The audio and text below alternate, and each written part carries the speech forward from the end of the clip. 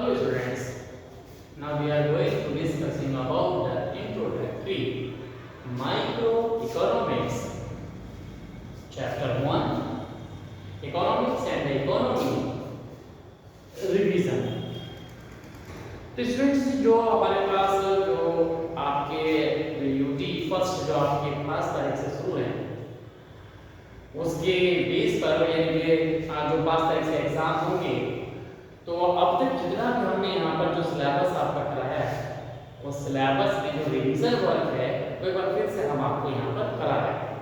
तो उसी रिवीजन में आपके पास चैप्टर 1 है जिसमें इकोनॉमिक्स एंड इकोनॉमी जो आपके पास चैप्टर है इसमें जो डिफरेंट टॉपिक है हम उनमें डिस्कस करेंगे उनका रिवीजन करेंगे।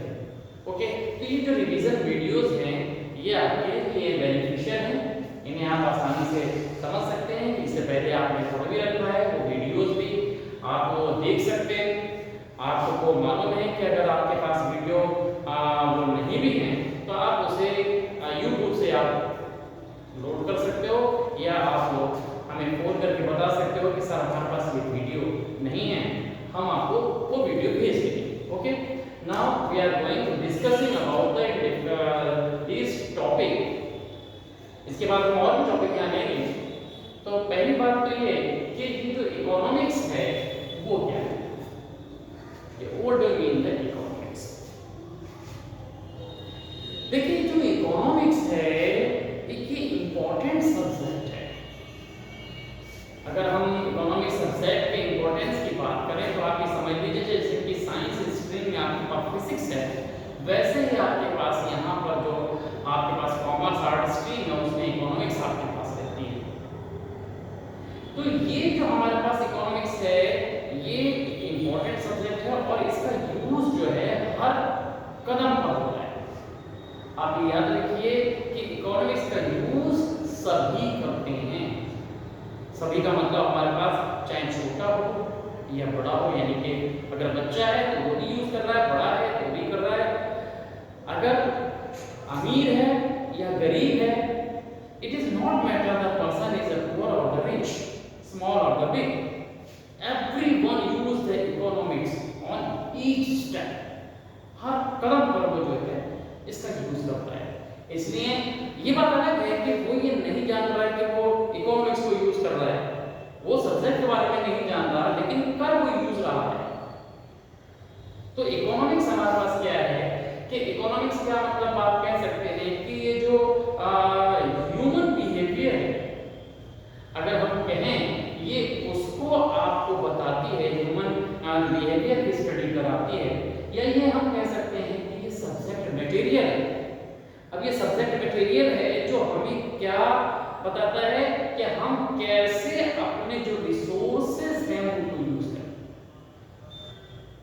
और ये आपको मालूम है कि रिसोर्सेज जो हैं वो कभी भी किसी के पास पूरे नहीं होते। अगर अमीर पर्सन है तो अमीर पर्सन के पास भी पूरे रिसोर्सेज नहीं होंगे, कहीं ना कहीं वो भी पीछे रह जाएगा। इसीलिए जरूरत पड़ती है हमारे पास इकोनॉमिक्स की। तो इकोनॉमिक्स का मतलब ये हो गया कि इकोनॉमिक्स क्या है, ये सब्जेक्ट मटेरियल है। अब सब्जेक्ट मटेरियल किसका है तो हम ये कह सकते हैं कि ये हमारे पास क्या होता है कि जो हमारे पास मैनेजमेंट होता है, मैनेजमेंट किसका होगा, मैनेजमेंट होता है स्केयर रिसोर्सेज का। अब स्केयर से रिसोर्स का मतलब जैसे हमने आज आपको बताया कि जो रिसोर्सेज है वो कभी भी पूरे नहीं होते, तो इसका मतलब स्केयर होते हैं। तो ये जो हमारा इकोनॉमिक्स होता है ये क्या होता है कि ये जो हमारे पास है इट इज अ मैनेजमेंट, या आप कह सकते हैं कि ये रैशनल मैनेजमेंट कह सकते हैं आप इसे, कि रैशनल मैनेजमेंट है ऑफ स्केयर रिसोर्सेज। जो भी हमारे पास रिसोर्सेज हैं उनका ये ऐसा मैनेजमेंट है जिसके बेस पर हम अपने इकोनॉमिक गेन को पूरा करते हैं। जो भी हमारे पास इकोनॉमिक गेन है, इकोनॉमिक गेन में हमने आपको पहले भी बताया है कि इकोनॉमिक गेन का मतलब क्या हुआ, जब हम यहाँ पर बात करते हैं कि जो हमारे पास क्या है इकोनॉमिक गेन। अगर हम इकोनॉमिक गेन की बात करते हैं तो इसमें आपके पास क्या होता है कि आपके पास तीन चीजें आपके पास रहती हैं। आपके पास क्या होगा कि इकोनॉमिक गेन में आपके पास मैक्सिमम सेटिस्फैक्शन होता है। एक तो हमारे पास क्या होगा मैक्सिमम, हम यहाँ बात करते हैं कि मैक्सिमम सेटिस्फैक्शन, मैक्सिमम सेटिस्फैक्शन। दूसरा हमारे पास क्या होता है जिसे हम बोलते हैं, ऐसे आप समझ लीजिए, क्या बोले लीजिए, ये दो हमारे पास दूसरा क्या है हमारे पास, हम इसे बोलते हैं मैक्सिमम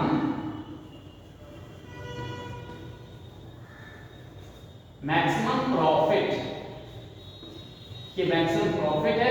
और ये तीसरा हमारे पास जो है वो आपके पास आता है मैक्सिमम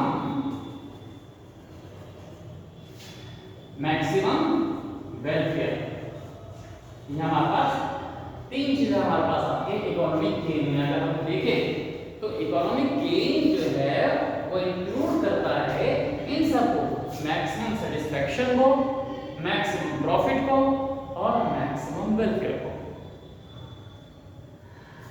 अब मैं आपको थोड़ा समझ लें कि जो हमारे पास मैक्सिमम जो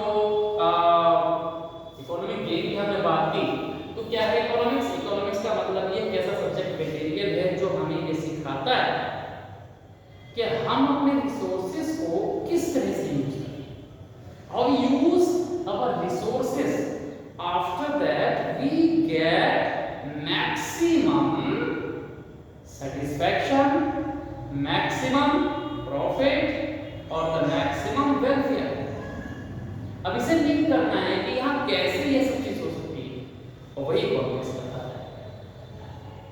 तो इकोनॉमिक्स में यही होगा कि it is a subject material by which we learn how we get our economic gain. तो ये आपको समझ में आया।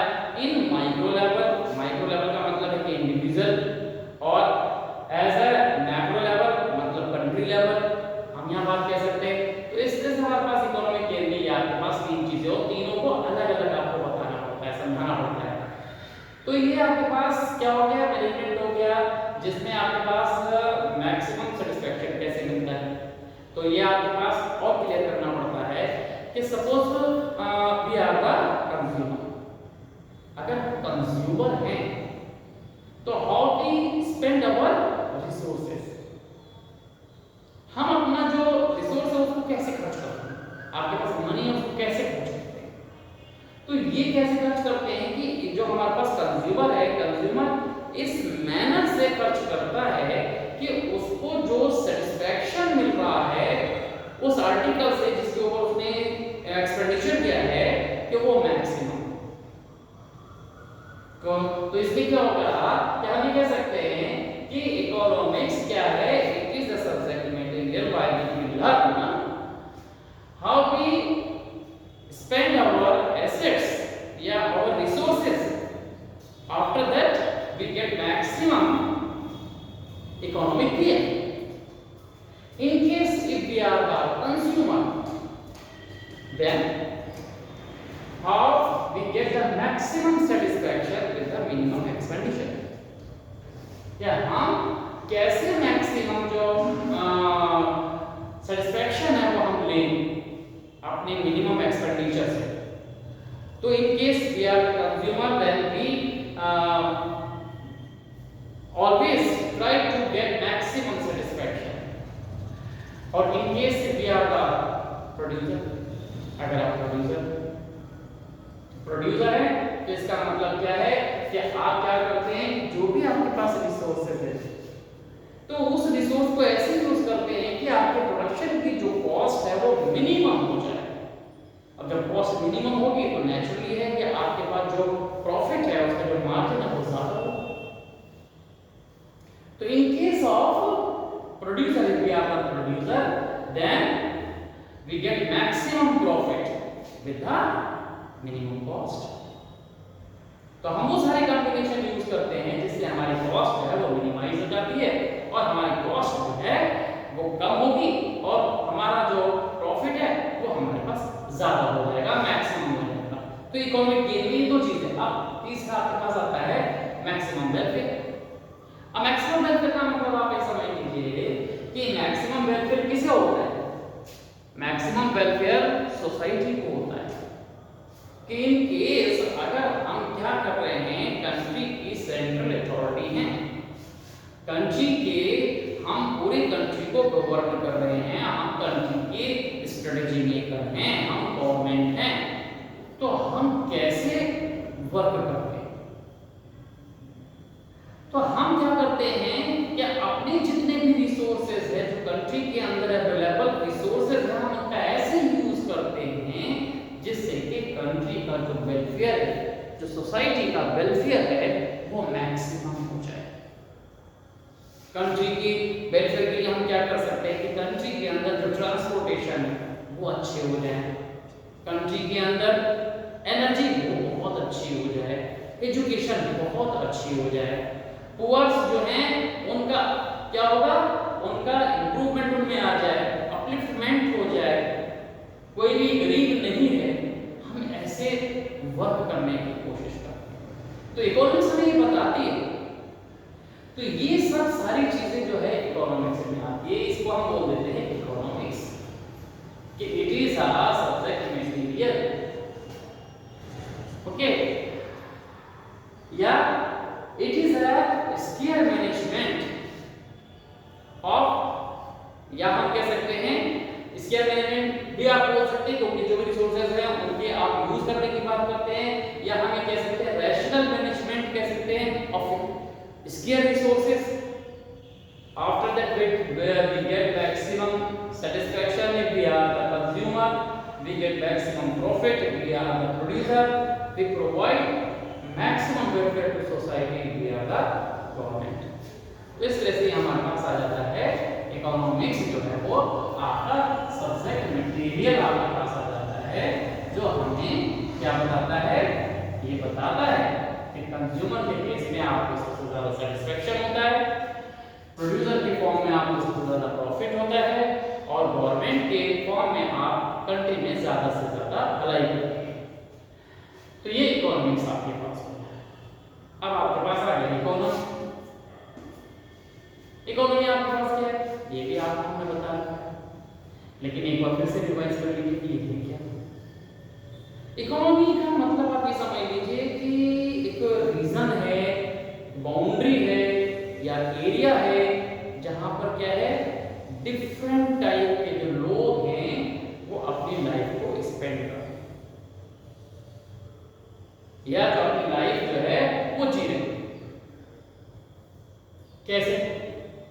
आप देखिए एक लोकेलिटी है, वहां पर डॉक्टर भी रह रहा है, वहां पर टीचर भी रह रहा है, वहां पर फादर भी रह रहा है, बिजनेसमैन भी रह रहा है, और वहां की एक्टिविटीज कैसी है कि फार्मर अपने सुबह खेतों पर जाता है, डॉक्टर अपने हॉस्पिटल में जाता है, टीचर स्कूल में जाता है, बिजनेसमैन अपनी शॉप पर फैक्ट्रीज में जाता है।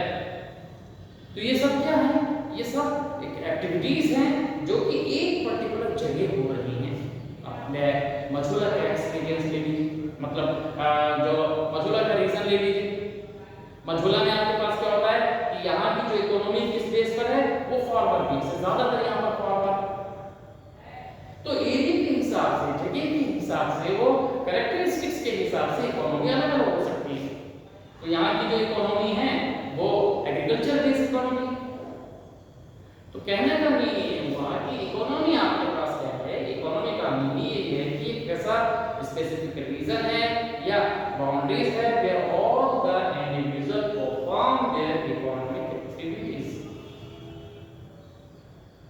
अब economic activities means consumption, investment, production, distribution, exchange, ये सब इकोनॉमिक एक्टिविटीज हैं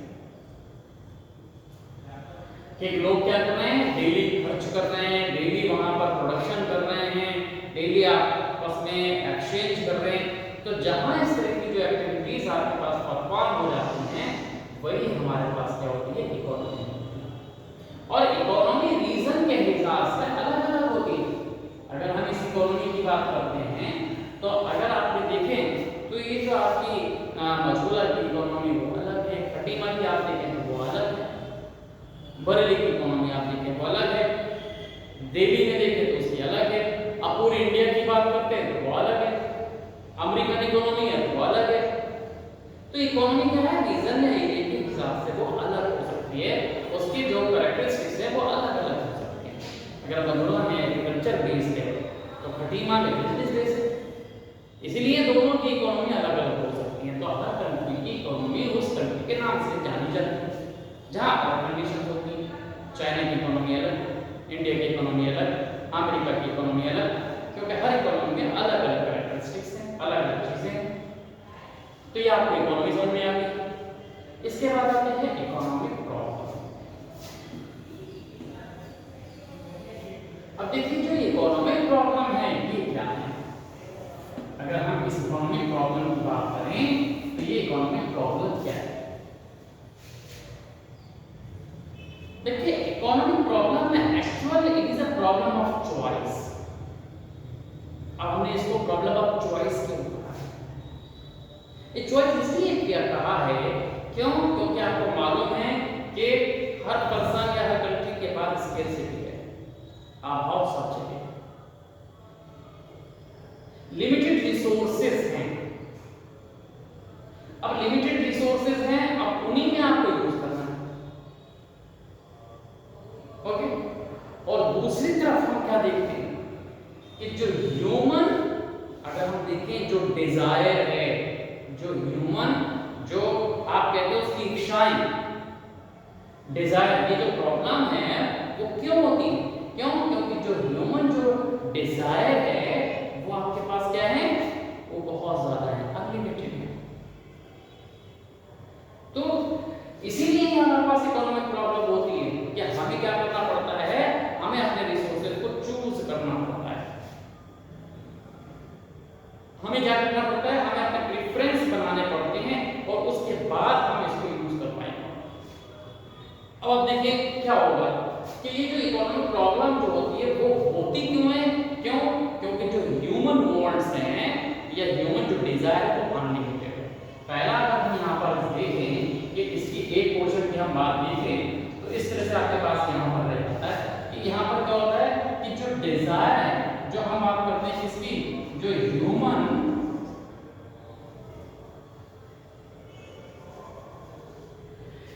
जो डिजायर है,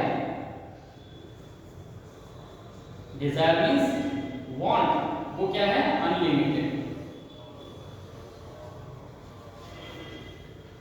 अनलिमिटेड। मनुष्य की जो इच्छाएं होती हैं वो बहुत ज्यादा होती हैं। अगर उसकी एक इच्छा पूरी हो जाती है तो फिर दूसरी शुरू हो जाती है, दूसरी पूरी होती है तो तीसरी शुरू हो जाती है। मतलब ये कि मान लीजिए कि अभी एक व्यक्ति के पास व्हीकल की हम बात कर सकते हैं, हम जाने कि हम ट्रांसपोर्ट की बात करते हैं कि एक पर्सन के पास अभी साइकिल नहीं है तो उसकी इच्छा होती है कि मेरे पास साइकिल है। अब उसके पास साइकिल आ जाती है तो अब उसकी डिजायर हो गई कि अब साइकिल बहुत दिनों में मेरे पास मोटरसाइकिल होनी चाहिए। अब मोटरसाइकिल आ गई तो उसकी अब डिजायर होगी कि उसके पास फोर व्हीलर होना चाहिए। मतलब ये कि जो डिजायर्स है वो बढ़ती ही जाती है। अब फोर व्हीलर में होगी तो उसके अंदर लग्जरी डिफरेंट टाइप की होनी चाहिए। अभी व्यक्ति के पास रहने के लिए मकान नहीं तो पहला तो उसको छोटी सी झोपड़ी मिल जाए, झोपड़ी हो जाती है तो कहते हैं मेरा मकान बन जाए, मेरी कोठी बन जाए, मेरा एक मकान हो जाए, दो मकान हो जाए, 10 मकान हो जाए। फैक्ट्री है तो अगर एक फैक्ट्री होगी तो वो बढ़ जाए, 2 हो जाए, 3 हो जाए, बढ़ जाए। यानी ह्यूमन जो डिजायर है वो कभी भी खत्म नहीं होती, वो क्या है, अनलिमिटेड। लेकिन जो रिसोर्सेज हैं वो लिमिटेड होते हैं।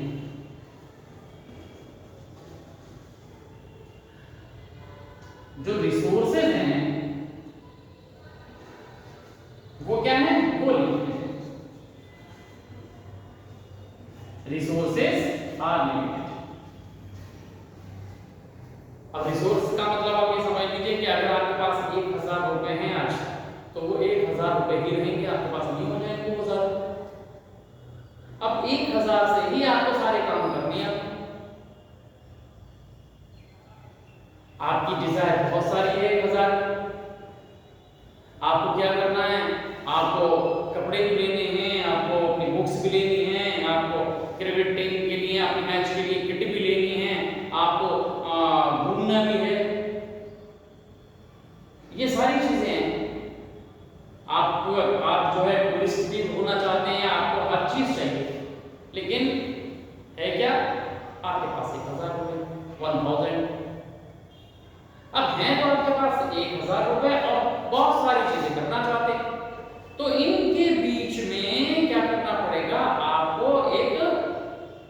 कॉम्बिनेशन बनाना पड़ेगा, यानी कि इनमें से किसी एक को चूज करना पड़ेगा क्या करना है। अब चूज करेंगे वही इकोनॉमिक प्रॉब्लम, इसीलिए तो प्रॉब्लम ऑफ चॉइस होती है। अब आप चूज कर रहे हैं तो वही आपकी क्या है, इकोनॉमिक प्रॉब्लम। सिंपल आपके पास। तो इस तरह से हमारे पास क्या हो गया कि ह्यूमन वांट्स जो है वो अनलिमिटेड है और जो रिसोर्सेज हैं वो लिमिटेड हैं आपके। इसीलिए आपके पास क्या होता है, आपको चूज करना पड़ता है, तब ये इकोनॉमिक प्रॉब्लम हो जाती है। एक चीज और आपके पास है कि एक क्या होता है, अल्टरनेट यूज ऑफ रिसोर्सेज। जो हमारे पास क्या है, alternate use of available resources. मतलब आपके पास जो भी रिसोर्स है, उन रिसोर्सेज के आपके पास जो क्या है, ये जो यूज है वो कई सारे यूज है। इसीलिए आपको फिर यहां चॉइस करना पड़ता है कि क्या करें। हम मान लीजिए एक छोटा सा एग्जांपल ले लीजिए कि आपके पास मान लीजिए कि 400 गज का एक भूमि का टुकड़ा, यानी कि जमीन 400 गज आपके पास जमीन 400 गज है आपके पास। अब आप उसके अंदर से क्या कर सकते हैं, बहुत सारी चीजें कर सकते हैं। 400 गज के टुकड़े में आप क्या क्या कर सकते हैं, आप मकान बना सकते हैं, एक छोटा पार्क बना सकते हैं, आप दुकान बना सकते हैं। ओके, तो ये क्या है, आप तो मतलब पॉन्ड बना सकते हैं। तो ये जो हमारे पास है क्या, और आप उसके अंदर बागवानी भी कर सकते हैं। ये सारी चीजें जो हैं, प्लॉट तो एक ही है आपके पास, लेकिन उसके यूज कई हैं। तो यहां फिर से आपके पास प्रॉब्लम आती है कि आप क्या करेंगे उसके, क्या मकान बनाएं, फैक्ट्री बनाएं, दुकान बनाएं, पार्क बनाएं, क्या बनाएं। तो ये जो हमारे पास है, जो अल्टरनेट यूज है, वो भी आपके पास इकोनॉमिक प्रॉब्लम क्रिएट करता है, बताता है, चूज करना पड़ता है। या बहुत सिंपल सी बात है, आपके पास इलेक्ट्रिसिटी आजकल आपको मालूम है कि आपके पास एक सॉकेट है, एक सॉकेट है और कोई सॉकेट नहीं है आपके पास। मल्टीपिन आप उसके अंदर यूज नहीं कर सकते। सॉकेट के केवल एक ही पॉइंट उसके अंदर यूज किया जा सकता है। अब बहुत सारी चीजें आपको चलानी है उससे, आपको फ्रिज चलाना है, आपको प्रेस चलानी है, आपको कूलर चलाना है, आपको रेफ्रिजरेटर चलाना है, आपको टेलीविजन भी चलाना है, पंखा भी आपको चलाना है। इतने सारी चीजें आप उससे चला सकते हैं, यानी उसके बहुत सारे यूज हैं। अगर आपने प्रेस चला ली तो बाकी कुछ उससे यूज नहीं होगा। तो ये जो हमारे पास आता है, इसी को हम बोल देते हैं alternate use of the resources. तो अल्टरनेट यूज ऑफ रिसोर्सेज होने की वजह से भी आपके पास एक प्रॉब्लम होती है। तो हमारे पास क्या होता है कि जो इकोनॉमिक प्रॉब्लम है वो क्या है कि it is a problem of choice. Actually it is a problem of choice which is arise due to unlimited human desire, limited resources and alternate use of the resources। Human wants जो कि शायद बहुत ज्यादा है, सीमित साधन हैं और साधनों के बहुत सारे यूजेस हैं, जिनके वजह से आपको इकोनॉमिक प्रॉब्लम होती है। तो ये आपको समझ में आ गया। तो मेन चीज आपके पास यहाँ पर ये रहती है, इकोनॉमिक्स में मेन जो आपके पास टॉपिक होता है, पहला आपने देख लिया कि इकोनॉमिक्स में आपके पास इकोनॉमिक गेन जो सब्जेक्ट कैटेगरी के फॉर्म में आता है, इकोनॉमी आपको ये समझाती है, और फिर आपके पास जो इकोनॉमिक प्रॉब्लम है ये आपको बताती है। तो इस तरह से आपके पास ये जो पॉइंट हमने यहाँ डिस्कस किए हैं, ये पॉइंट आपके पास क्या है, इनको आप अच्छी तरह से डिस्कस कीजिए। ओके, तो अगर ये आपने पॉइंट अच्छी तरह से कर दिए तो ये काफी आपको वैल्यूएबल पॉइंट्स होते हैं, आप इसको देख सकते हैं, समझ सकते हैं और इससे आपको फायदा होगा। ओके, तो ये रिवीजन के अंदर जो आपका फर्स्ट जो आपके पास जो पार्ट है, इसमें हम यहाँ आपको इतना ही बता रहे हैं। आप अगला जो रिवीजन का जो आपके पास वीडियो देखेंगे उसमें आपके पास फिर जो इसके जो